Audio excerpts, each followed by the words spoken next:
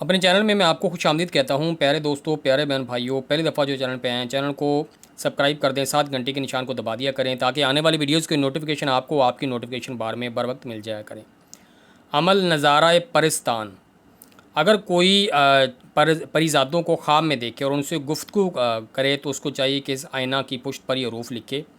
यानी वो लोग जो परी या परिस्तान जाना चाहते हैं, परियों से बात करना चाहते हैं, परिज़ाद जो होते हैं उनसे कोई गुफ्तगू करना चाहते हैं, अपने सवालों का जवाब चाहते हैं, तो वो ये अमल कर सकते हैं। ये अमल एक किताब का है और इस अमल को सिर्फ़ वो लोग करें जिनकी रूहानियत जो है वो ताकतवर है।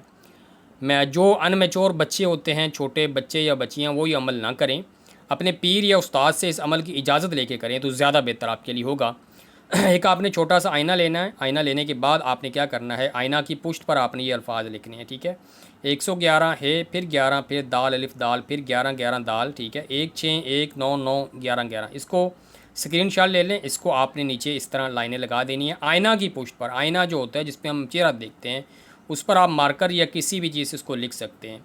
इस आईने को अपने सरहाने रख कर खलवत के मकान में सोना है। ये खलवत का मतलब होता है अलहदा आपने सोना है। अब सभी लोग आपके पास सोए हों तो ठीक नहीं है, क्योंकि ये अमल है बाज़ दफ़ा इसमें।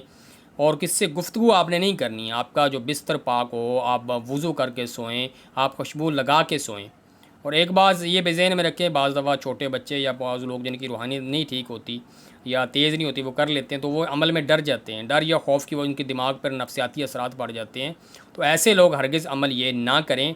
आपका जो पीर है या उस्ताद है या जिसके आप मुरीद हैं या जिसकी आप अमलियात सीख रहे हैं, उनसे एक दफ़ा आप इसकी इजाज़त ले लें। और अगर ये कोई अमल सारा मेरे हाथ से लिखा हुआ आईने पर मंगवाना चाहे तो मेरे व्हाट्सअप नंबर पर रब्ता करके मंगवा सकता है।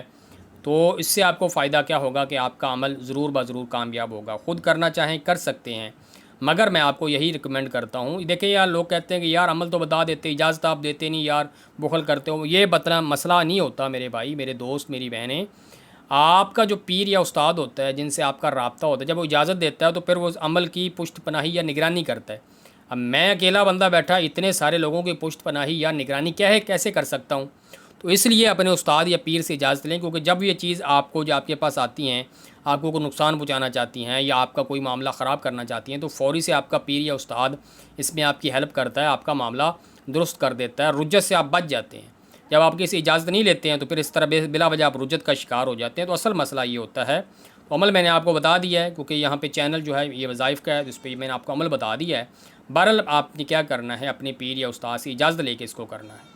इसी के साथ आपसे इजाज़त चाहूँगा। वीडियो को लाइक करें, चैनल को लाजमी सब्सक्राइब कर दें यार, साथ घंटे के निशान को दबा दिया करें ताकि आने वाली वीडियोज़ को नोटिफिकेशन आपको मिल जाया करें। इसी के साथ आपसे इजाज़त चाहूँगा।